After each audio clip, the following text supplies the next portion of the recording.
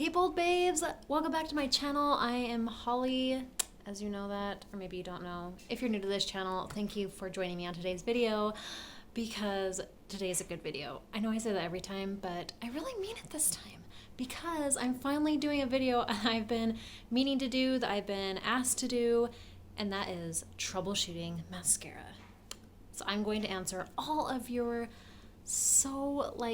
hard questions that you have about this makeup and just help you kind of troubleshoot through some of the issues you're having because just like any makeup that you are branching off to something new, there's a learning curve, just a little bit, especially if you were totally new to the makeup world, which I was totally there a few years ago, so no judgment, I'm with you.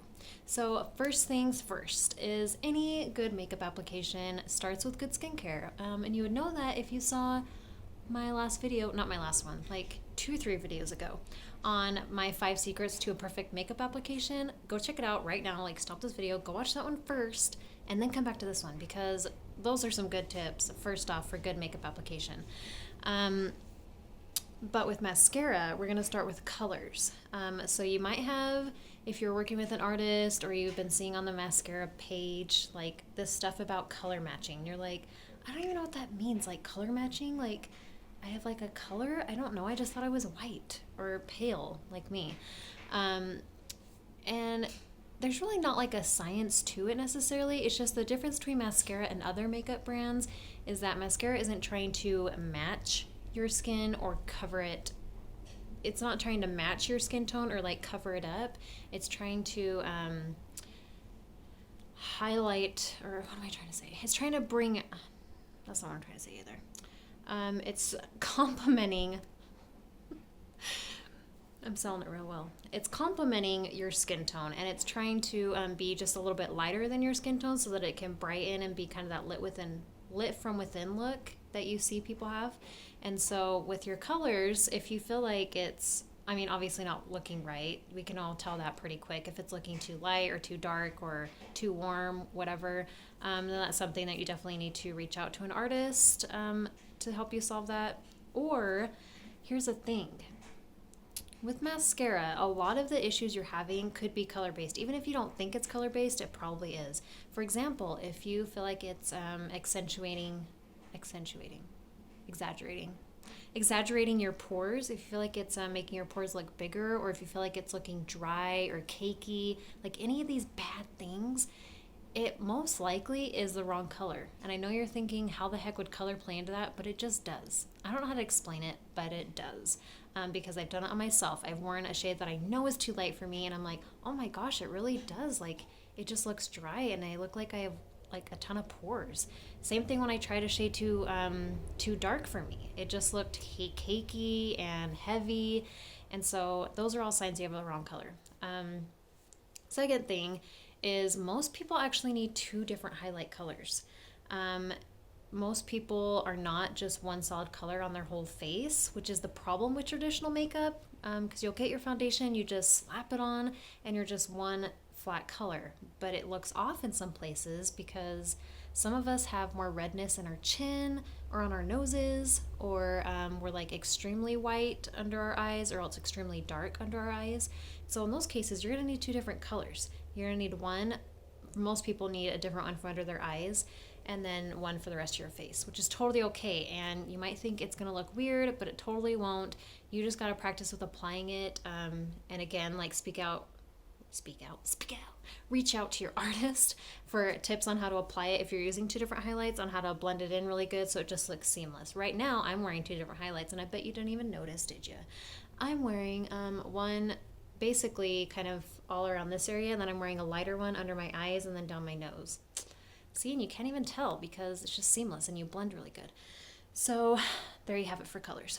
Next is application, because this is what a lot of people reach out to me about, is that they just feel like it's not applying right, it's not smooth, it's not easy, and it definitely should be, because that's the whole amazingness about mascara. It's so easy and fast, and if you're not experiencing that, then I want to cry, because you should be, so I want to help you.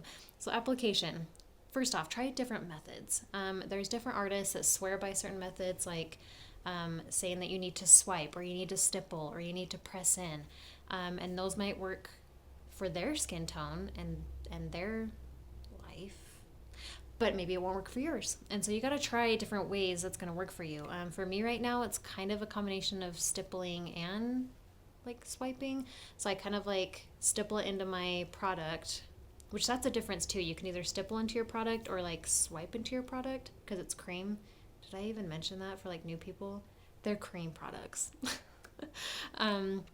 And then I stipple it into my makeup, and then I kind of stipple it on and then blend and stipple, like kind of back and forth. So I would try different methods, and then also think about the brush you're using. So you can use other brushes with mascara. So if you're like, oh, I already have like a million brushes, Holly, and I don't want to have to buy a new one, I totally get your pain. Is it a pain? Is it a joy to have a lot of brushes? Probably a joy. You don't have to buy a new brush if you don't want to. But you might need to experiment with the brushes you do have until you find one that works well with our cream, because chances are the brushes you have are probably meant for either liquid or powder foundation. So I'm really not trying to like purposely like trying to get you to buy more. It's just our brushes are made specifically for our makeup to work well with it. So that's kind of why.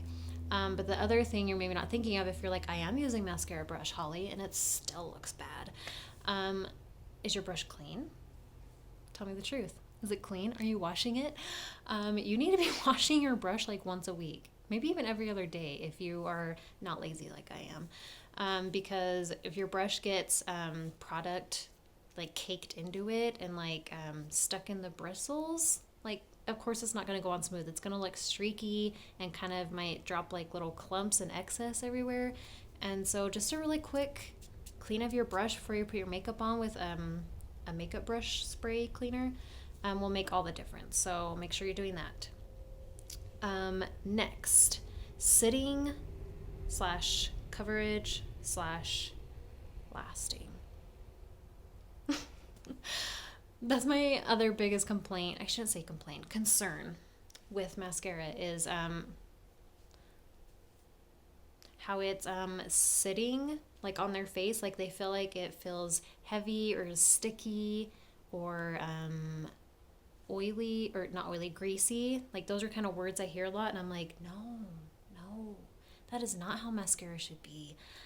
Chances are the people that are saying that most likely already kind of have oily skin, which is already going to be a battle for them with whatever makeup they wear, which is why most oily people go for, I don't know why I just did that.